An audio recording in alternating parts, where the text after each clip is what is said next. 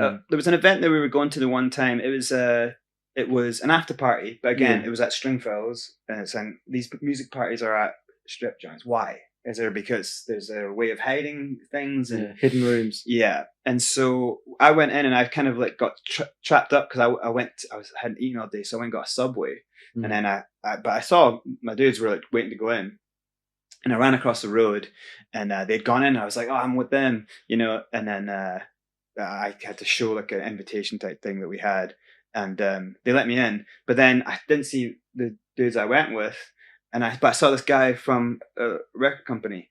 He actually was at Island Records. One of the first people I met at Island Records. He was a really cool dude. And I saw him, and he went. So I thought, well, he's obviously here as well. So I ran after him. I was like, hey, dude, I'm gonna say his name there. But I ran after him. And he looked at me like,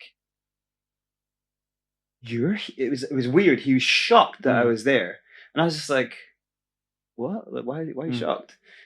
And he was just like, oh, right. So, he's like, who are you here with and stuff? And I was like, I explained to him, and he was like, here? And I was just like, what is the deal? Like, what are you doing? So we went in this room, and he was like, you're gonna go to the buffet? And I'm like, why would I want to eat? Why would I want to eat right now? I'm like, I'm in party mode. I'm looking for my friend. Like, let's get drunk. Like, have a laugh, And he was just like, all right. And he was going in, and I was following him. He was just so weirded out. And I went in, and I'm looking around, and there's all these guys over here, and there's some people young dudes who I've seen on the road. Guitar techs or people who are trying to get in the industry, like young, who they're just trying whatever it can to get in the industry, and you see them out on the road, right? And I see one guy, and I'm thinking like, I swear this dude's like not. I'm sure he's underage, and he's not old enough to be in. Because when I've seen him on the road, he's not allowed to drink and stuff. Yeah. But weirded out, right? But he wanted to be a singer. He wanted to get a record deal and all that stuff. And anyway, so I see him, and then I see a few other people, just like singers that were at shows, like that kind of scene, that kind of industry showcase scene. Yeah. And so. But then I see like over in this other area. So there's basically what I'm saying is there's kind of industry people, there's people who are trying to make it, and then there is this other vibe. Right. And it was like, what is going on here? Because I look over here, and there's like young people, like young dudes and young girls. We're talking under. Yes. We're talking like 14, right. Maybe even as early as like 13, right. 14. And it wasn't just a music thing, because I was seeing people who I knew were involved in film and TV at an executive level. So not small people, like people who were at companies like not ITN. They were at what's it called? One of the big companies used to do a lot of stuff with ITV, not ITN, another company. Yeah.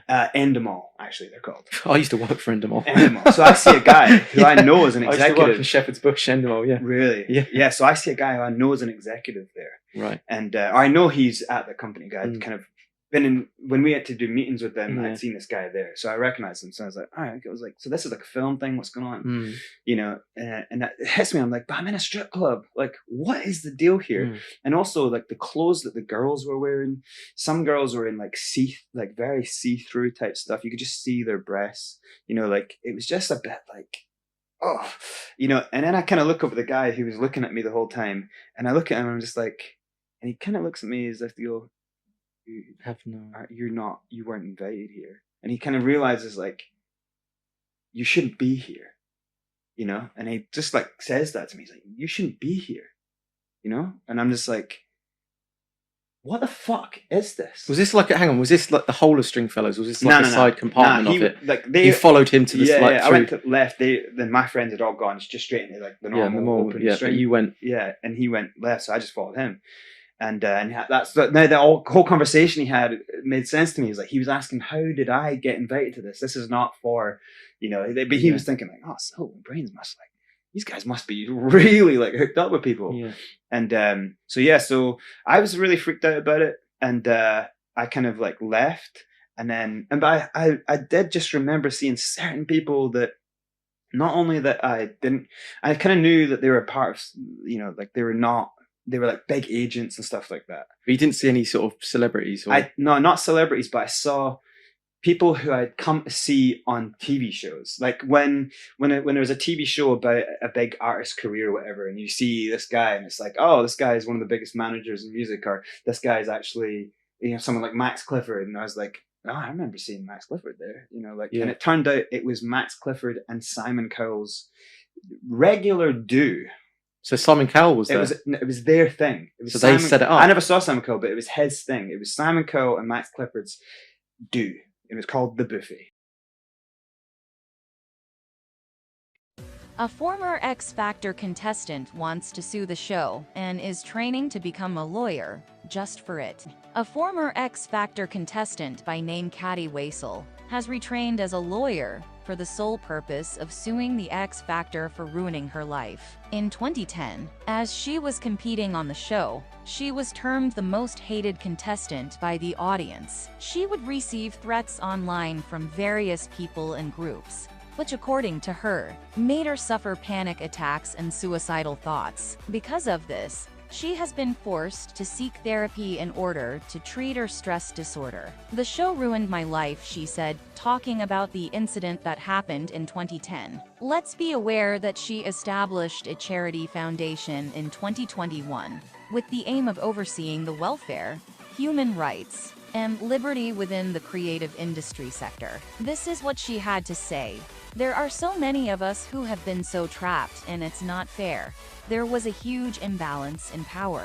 I just wanted to be able to understand the contracts and to protect people from being manipulated in the future. According to her, the show breached the duty of caring for its contestants by maltreating her during her time there. Deciding to retrain as a lawyer, she joined BPP University for a postgraduate law course. All this in an attempt to take on Simon Cowell and his company. She continued saying, I am pursuing a civil case of personal injury under negligence, which pertains to duty of care. I believe I can leverage my past experiences for the greater good and respectfully continue my efforts in building a safer industry as a whole, not only for those new entering it, but to provide a sense of justice and peace to all. I look back at the paparazzi pictures at the time, and I honestly look like an addict. I was not. I didn't eat.